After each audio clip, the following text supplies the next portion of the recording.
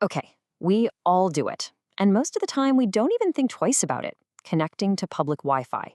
It feels like this amazing modern convenience, right?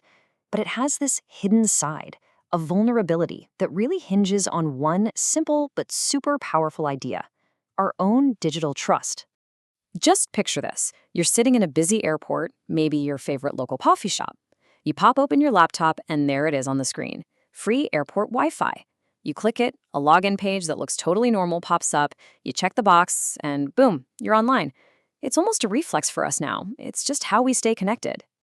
But here's the question we almost never stop to ask: what if that network has absolutely nothing to do with the airport you're sitting in? What if some person just a few rows away set it up literally moments ago, just waiting for someone like you to blindly trust that familiar name? And that gets us right to the heart of the issue here: our deep, deep reliance on these connections. I mean, with remote work and constant travel, public networks feel less like a luxury and more like a utility, like water or electricity. But, this convenience, it definitely has a consequence. Now, what's really fascinating is what's happening behind the scenes. Your phone, your laptop, they're constantly broadcasting, kind of whispering out into the world, looking for networks they already know and trust. It's all designed to be seamless, to make your life easier. But that very same process, well, that's the vulnerability. I love this way of thinking about it. Joining an open, unsecured network is basically like turning your private digital life into a very, very public conversation.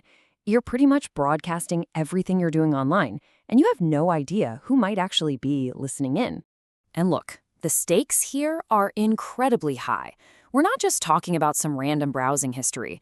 This is about sensitive work emails, your private messages, the usernames and passwords for your most important accounts, even live banking sessions. It's all deeply personal, and the exposure is completely invisible. So, how does an attack like this actually work? Well, it's time to meet the main villain of our little cybersecurity story, a tactic famously known as the evil twin. The whole problem, the entire vulnerability, rests on this one surprisingly simple technical detail. A Wi-Fi network uses a name to identify itself. The technical term is an SSID. And here's the crucial part: your device is built to just trust that name. It has no built-in way to verify who is actually broadcasting that signal. So on one side, you have the real deal, the legit network from the hotel or the cafe. But on the other, you've got an attacker's malicious copy. And to your device, they can look totally identical, but their goals are worlds apart. One is there to help you out, the other is there to intercept everything you do. The attack happens in three really simple steps. First, the attacker just broadcasts that fake network. Second, your device, trusting that familiar name, connects automatically. And third, well, now all of your data is flowing right through the attacker's gear. It's like an invisible toll booth on the internet highway, and it's logging every single thing that passes through. And this right here is the key thing to get. This isn't about some super sophisticated hack that breaks into your phone. No, this is all about social engineering. It's about tricking your device into willingly walking through the wrong digital door simply by exploiting its built-in trust. Okay, so right about now, you might be thinking, hey, but I'm protected by all those modern security features, right? And that brings us to a really common and kind of dangerous misunderstanding about online safety.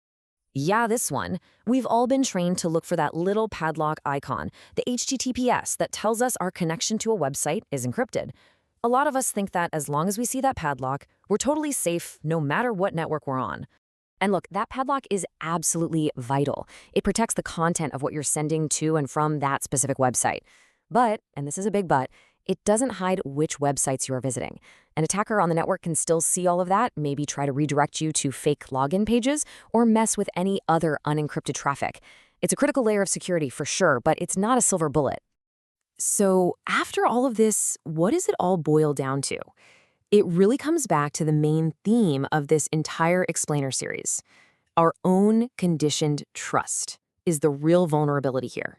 The entire system of public Wi-Fi as we know it relies on you, on all of us, assuming that the network name we see is legit. And that super thin, fragile line of trust, well, that's all that's standing between your private digital life and it being completely exposed. And that kind of leaves us with one last big thought to chew on.